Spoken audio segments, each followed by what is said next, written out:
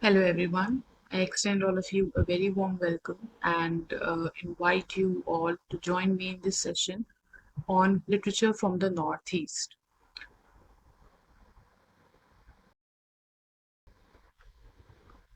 Of course, you are more than welcome to take screenshots. And yes, let's start with the session. So, what is Northeastern literature, and is it appropriate to term this literature from the Northeast as Northeastern literature? So, we are talking about here literature from the Northeast of India, and we are going to discuss in this particular slide whether, first of all, what is Northeastern literature and whether is it appropriate, whether it is okay for us to call this literature or term this literature as Northeastern literature, right? So let us dive in. Northeastern literature is a term given to the works written by people belonging to the regions of northeastern India, right?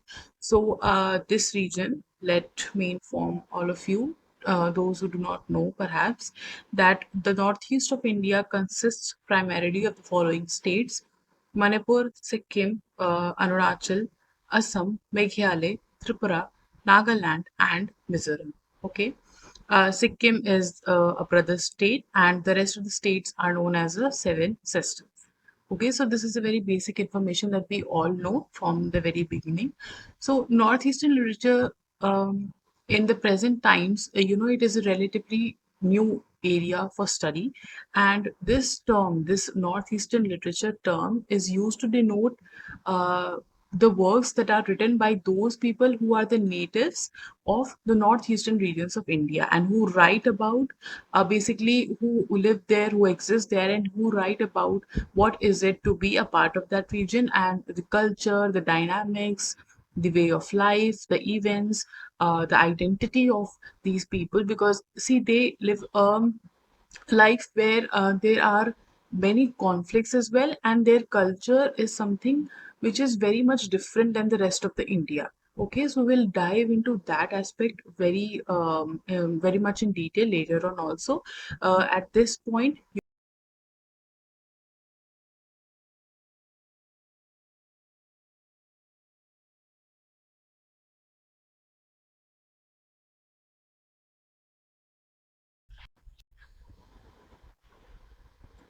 hello everyone. I extend all of you a very warm welcome and invite you all to join me in this session on literature from the Northeast.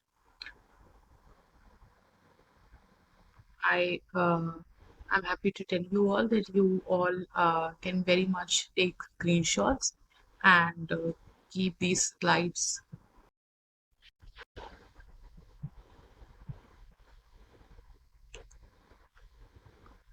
Of course, you are more than welcome to take screenshots. And yes, let's start with the session. So, what is Northeastern literature, and is it appropriate to term this literature from the Northeast as Northeastern literature? So, we are talking about here literature from the Northeast of India, and we are going to discuss in this particular slide whether, first of all, what is Northeastern literature and whether is it appropriate, whether it is okay for us to call this literature or term this literature as Northeastern literature, right? So let us dive in. Northeastern literature is a term given to the works written by people belonging to the regions of northeastern India, right? So, this region, let me inform all of you, those who do not know perhaps, that the northeast of India consists primarily of the following states: Manipur, Sikkim, Arunachal, Assam, Meghalaya, Tripura, Nagaland, and Mizoram. Okay. Sikkim is a brother state, and the rest of the states are known as the seven sisters. Okay, so this is a very basic information that we all know from the very beginning. So, Northeastern literature in the present times, it is a relatively new area for study, and this term, this Northeastern literature term, is used to denote uh, the works that are written by those people who are the natives of the northeastern regions of India, and who write about basically who live there, who exist there, and who write about what is it to be a part of that region, and the culture, the dynamics, the way of life, the events, the identity of these people. Because see, they live life where there are many conflicts as well, and their culture is something which is very much different than the rest of the India. Okay, so we'll dive into that aspect very much in detail later on also. At this point, you just need to know that Northeastern literature is a term which is given to the works that are written by people belonging to the regions of Northeastern India. Now, when we have established that fact, let us dive deeper into what this literature really is. So, this literature, by the way, all these slides are prepared by me.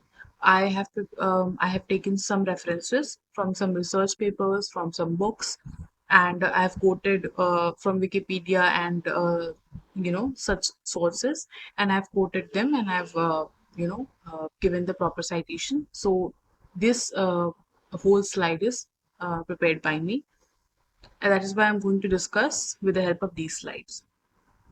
This literature is relatively new, which I talked about just now, and its chief feature is to give voice to the native culture and identity of the people from the Northeast, right? This also I talked about. Now we come to the part where we discuss whether it is appropriate to term this literature from the northeast of India as Northeastern literature.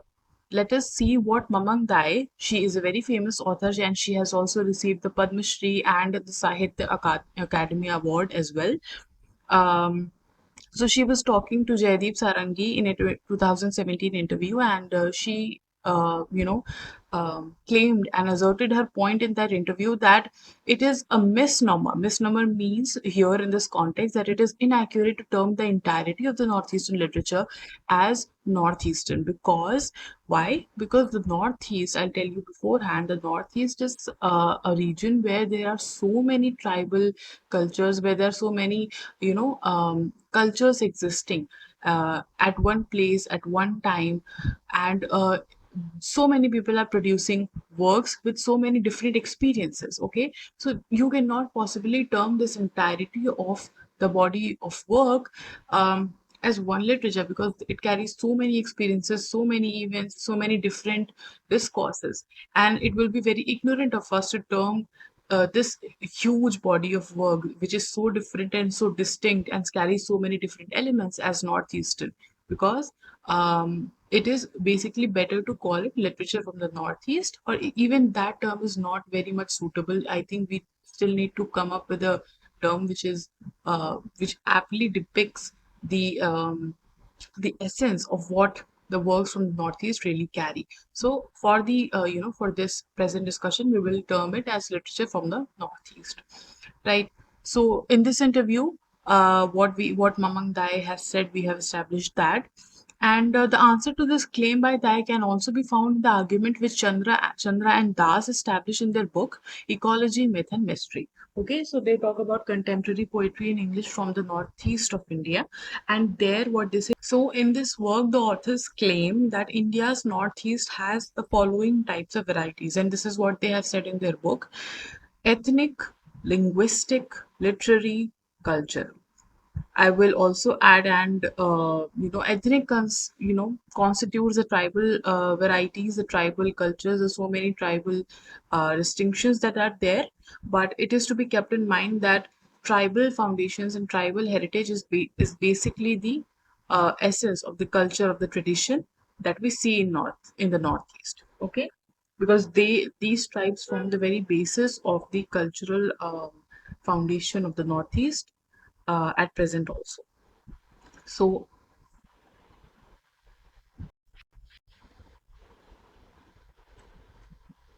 right. So these ethnic foundations, these different cultures become the reason why we must not homogenize and cannot homogenize the entirety of Northeastern culture as one literature, because each of these works depicts a very distinct kind of an appeal, and talks about so many different experiences that people from this very vast region have in their day-to-day lives. Okay, so yes, we have established that fact. Now let us move to um, the history and culture of the Northeast. Okay, so Northeast of India carries tribal heritage. We have talked about that. There are tribes more than 200 in number, right? There are many major tribes, and then there are very, very much uh, many sub tribes as well. This is because of the many migration. This point is very important right now because the Northeast, the very foundation of its history, carries so many migrations that the region has experienced from so many parts of South Asia, from Southeast Asia, from Burma, which is the present Myanmar, from so many other regions, and uh, this very foundation, I cannot even mention all the regions here because there are so many migrations that this region is home to, right? So this region has been a home to Indo-Aryans as well as the Kra speakers. uh, so you can very much see the different kind of cultures that are there in the Northeast. Okay, so yes, Adis, Owls, Cookies are some of the several tribes. And the Northeast came under British control. This is also very important in 1826. Okay, in 1826 up until 1947, when India got independence, the Northeast was also under colonial control. This point is very important because we see in some of the many works that, for example, we take Mamang Dai. She has written two works. Okay, the Black Hill, which was written in 2014, and Escaping the Land, which was written in 2021. Okay, in Escaping the Land, we see the impact of modernization, the impact of globalization on people who are natives of regions such as Pasighat. Okay, so now the changes that are taking place in that region, with the development of a city, there are new stadiums building, there are new, cyber cafes, so many other changes. The modernization is definitely taking place. So, what is the impact of that modernization on the psyche of people? What is the impact of this modernization on their culture, on the sustenance of their tribal identity? That all we see in that novel. But in the Black Hill, we see the depiction of the colonial expansion. We see the depiction of what impact colonialism had on the identity of the natives of the Northeast, how this Northeast really came under the control of British, how it was annexed, and how so many other bifurcations were then made from this single region. So many things are discussed in many such novels. So we can also see the this double marginalization that we find in the works of Northeast, that they depict the marginalization that they experience at the regional level, being so distant at from the rest of the India in political as well as geographical matters, and the marginalization that they experience at the colonial level as well. So this double marginalization is very much important feature of the Northeastern literature. Right. So in the colonial era, the Northeast was a part of the Bengal province, and in summary, before without diving into the very deep history, we are going to keep it very simple, and we are going to establish the fact that Northeast earlier was geographically one region, out of which several other regions were then established for various socio-political reasons. Right. So the colonial Assam was there in times of the British, and out of this colonial Assam, then many other states were then, bifurcated. So now let us move on to deeper details. So now we have established the fact that this history of so many migrations is the reason that the Northeast, even until now, is home to innumerable cultures and tribal ethnicities. This is important for understanding the various themes and sub-themes that are found in this literature. Okay, the political changes made the people of Northeast suffer in some way or the other, right? This is the point for the double marginalization issue that I'm talking about. The changing and relocating of territories too would have had an impact on their psyche and sense of identity. So when somebody takes up your home and divides it into so many other places and names, it will really leave you hanging as to where do you belong. And this sense of belongingness and this sense of identity, tracing this identity is very much an intact feature of Northeastern literature or literature from the Northeast. So issues of identity, sense of belongingness form an important part of this literature. So, so many tribal ethnicities and cultures is very important here to establish that they will definitely result in some or the other type of conflict. Okay, so this conflict is something which is not very much abnormal. It can very well be predicted because it is very much, uh, it is there. It will be there, right? It will be there when so many cultures and native cultures exist and so many tribes exist. So they just have to be dealt with in the proper manner. Okay. um I am in no way saying that these conflicts are normalized or they should be normalized, but I'm just saying that they follow the very natural trajectory of so many tribes and cultures and diversities existing in one place. So you can really trace the reasons for the present day conflicts back to this history that the Northeast has. Now, when we come to the very important part of this literature, which is the outlining or talking about the features of this literature, we first of all see what this term neo-literature is, which Dr. Kumar and Sonali Dudihali, they talk about in their work, in their article, neo-literature, the neo-literature of Northeast India, right? So, neo signifies in their paper, they have very well established that Northeast origin. In their paper, they trace the neo literature of India, which means that what are the basic features and characteristics of this literature from the Northeast of India. Right, so the neo literature I'm just here mentioning so that you know that the neo literature of India, which means the literature, first of all, which is now emerging, it can also be taken like that, and it can also be taken like that, that you can read their paper, that how the Northeast literature, the Northeastern literature, the literature from the Northeast has its origin from the very culture and foundations of this region. So the origins of it. Okay, so writers such as Dhruva Hazarika, Mamandai, Aruni Kashyap, Easter Kair, Janice Pariyat, Janvi Barua, Temsung Hao, and Moshumi Kandali are some of the major names within this literature. I'm sorry if I'm pronouncing any of them wrong. And these are the very important writers. You can search about them later on and you can research a lot on them.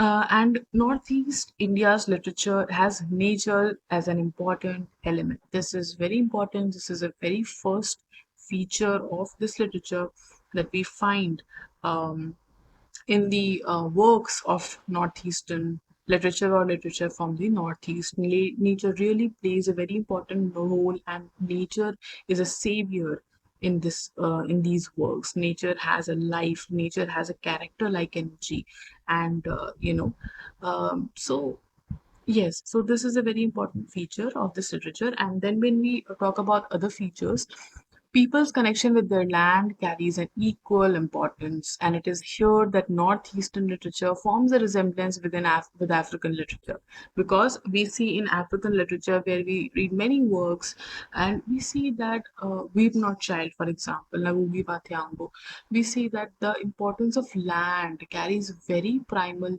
place in these works, because in the culture itself, land carries a very significant place. So here in Northeastern literature as well, the concept of land, what importance land holds for the native identity, for the sustenance of this native identity, is very important. So this question, this importance of land, is also depicted in Northeastern literature or literature from the Northeast. Yes, so I removed that particular point. It seemed very generalizing of me to say that. I now term what I mean to say as that this region, because of so many reasons, witnesses many conflicts, like like the rest of the India, like the rest of the country. So this is chiefly reflected in this literature as well, because of the so many uh, distinctions that are there in this region of so many tribal cultures, so many socio-political changes that have taken place because of the marginalization that people face at the regional, at the national, and the previously colonial level, the questions of identity, the questions of belongingness, so many things cause various conflicts in this region, mental as well as physical. So this is chiefly reflected in his literature, whether it be Thangjan Ivo Pishak writing about the half humans. It is a poem that he writes about the land of the half humans, and Temsula Au writing in her 2006 work Those Hills Called Home about the blatant nature of the impact of wars and conflicts. Okay, so these are some of the works that you can refer to. Insurgency, clashes, riots, these are the realities of Northeast, of the Northeast at present, are not in the reality in the sense that these events very much are present in the Northeast. If not,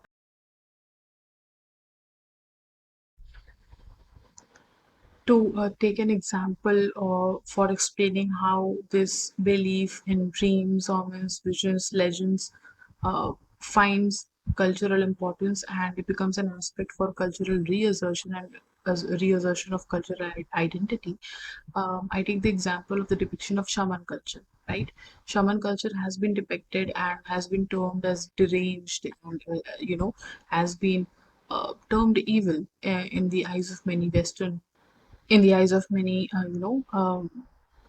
in many discourses, right? Western primarily. But in these novels, in Escaping the Land and the Black Hill, shaman culture is represented and it forms a backbone of the cultural identity. It forms an element of the cultural, foundations of traditions and customs, and it is very much a part of the belief system there. So, representation of the shaman culture in its essence, in its reality, and not in the very much westernized sense, is a part of both of these novels. Okay, so this is one example by which I'm saying that legends and visions, dreams, omens, beliefs, uh, all these depictions of traditional elements becomes a way for the writers, for the readers as well, to find this aspect of cultural reassertion way much easier. Okay, so yes, this is what I'm talking about. Right. The next feature is nativism. Nativism here refers to the expression of native identity, the expression of cultural elements, the expression of cultural sustenance, and the foundations of traditions and customs. All these form a very important part of this literature. So this is like a cultural revival, the cultural reassertion of these people by these people, that this is our identity, this is our culture, and we express and we reassert them through our works of literature. Okay, so we find, for example, Mamang Dai references in her 2021 work, Escaping the Land, about the Pong drink, which is a traditional drink of Arunachal and Assam. Right, so the Ponang dance of Arunachal also finds a mention in this text. These are very important details because from these details, we can know about the culture of the Northeast, which has been misrepresented so many times in our traditional media, in so many other works of literature itself. So this cultural reassertion forms a very important part to this body of work. Okay, we get to know about the real Northeast, the essence of Northeast. Rice fields, rice wine, all find a mention in this literature. So the diversity that we see in this literature is very much an integral part of this literature, as well as the cultural elements such as the apong, the Ponan dance, the rice fields, all give us a very good and beautiful and the essence of the Northeast in a picturesque manner. Okay, so, yes. Now, the belief in legends, visions, dreams, omens, too are important features. This is also an important feature because people there, for example, the representation of shaman culture in escaping the land, right? And even in the Black Hill of Mumandai, these are also very important features because they tell us about the foundations of the foundations of spirituality in these regions. What in these regions? What do the people believe? They believe in legends, visions, dreams, omens, and this is their culture. And this gives us a better idea of what uh, you know the people really believe in.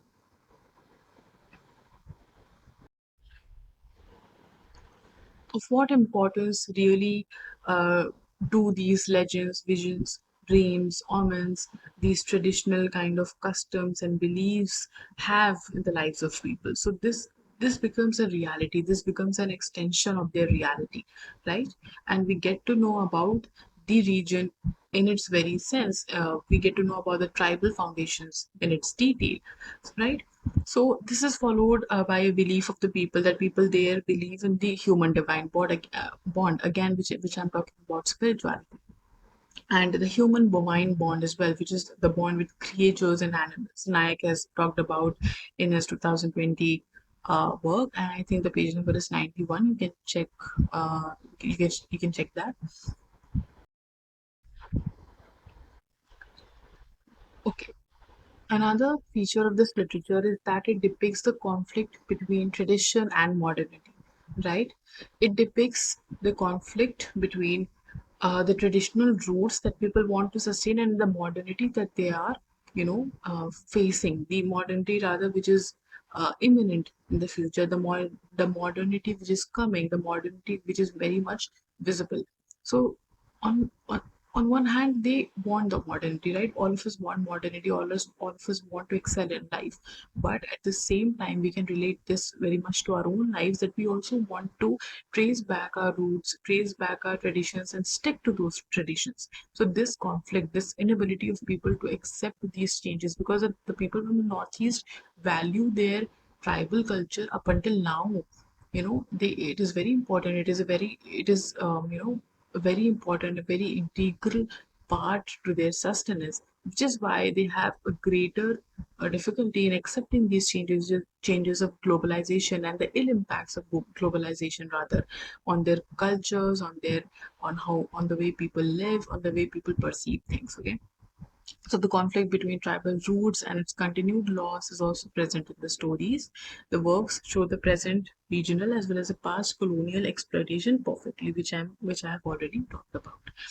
Uh, Mamang Dai's 2014 novel, The Black Hill, again I've talked about that this depicts the colonial exploitation well, and its characters for further detail are Gimor and Kajan Shah. These are the two primary novels through whose, through their story, the novel is traced and the narrative is being talked about. Okay, now, um, yes, literature from this region has one rather interesting element, which is the representation of women characters in its works, right? Women in these novels have a place and a voice in society. For example, again, I'll take the example of the Black Hill, right? Women, for example, the woman in the story is Gimora, right? She has a voice in the novel. She has a resolve in her mind. She has questions. She questions so many important things that were very much prevalent, that were very, very much a part of the traditional customs of the time, like the importance for of the land, for example, right? She questions, why is it important for us to live on this land on which we were born? Why is it not important that we do not go beyond, and we do not have questions as to what is beyond this? So these are the questions that she puts up in this novel, and she has a search for identity. She's not afraid to question people. She's not afraid to question her husband. She's not afraid to leave her husband. So characters are like Gimor, and in escaping the land, we have the narrator. She is tracing her identity. She's talking to people. She's weaving narratives and stories, and she's trying to piece back her reality and her history. And this shows the very resolve and the very difference that women characters have in these novels. They are very much different. Okay, so this forms a very important feature. This very well depicts the actual reality of the region, because in actuality also we see that there are the Khasis and Meghale. They are a tribe and they follow the matrilineal tradition, right? They follow the tradition of matriarchy. Rather, they take their mother's name, etc. such things. You can talk about that a little bit. You can research upon that a little bit.